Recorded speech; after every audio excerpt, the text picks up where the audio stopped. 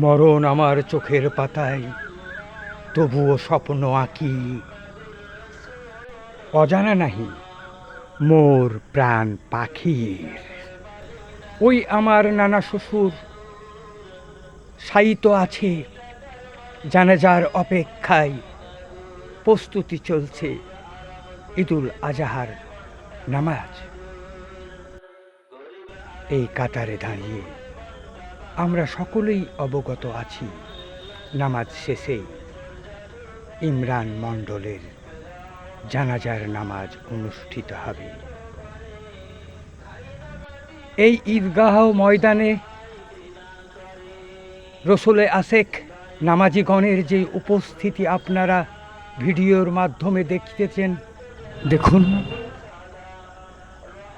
ভিন্ন ভিন্ন পাড়ায় ভিন্ন ভিন্ন মসজিদ থাকলেও এক কথায় এনারা 5টি মসজিদের নামাজিগণ একত্রে এই ঈদগাহ ময়দানে ঈদের নামাজ ও কুরবানির নামাজ আদায় করে থাকেন। আমায় বেশ খুব ভালো লাগলো, সত্যি আমি গর্বিত। আল্লাহ পাকের অশেষ রহমতে আমি আজ এই ঈদগাহ ময়দানে উক্ত নামাজগুলো আদায়ের উদ্দেশ্যে বসে আছি, অপেক্ষারত এই কাতারের মধ্যস্থানে। এসেছি যখন ফিরে যেতে হবে নিশ্চিত, তবে কবে কখন জানো কি তুমি? সত্য গোপন করিয়াছে পিছে ভয়, সহস্রাধিক ভয়ঙ্কর মিথ্যের আশ্রয়। মনুষ্যত্বই শ্রেষ্ঠ ধর্ম, বারবার দেখা তবু না দেখার মতো। হক্কানি ওলামা কেরামগণের প্রতি শ্রদ্ধা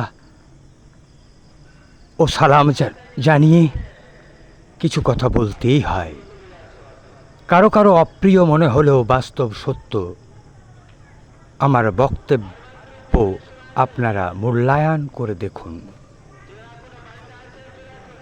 ওহে দুপাতা পড়া মুফতি সাহেব, আর কতদিন রবে কম শোষণে মগ্ন? একই পথে বকর পূজারি নামের আগে পিছে লাগিয়ে সিদ্দিকি।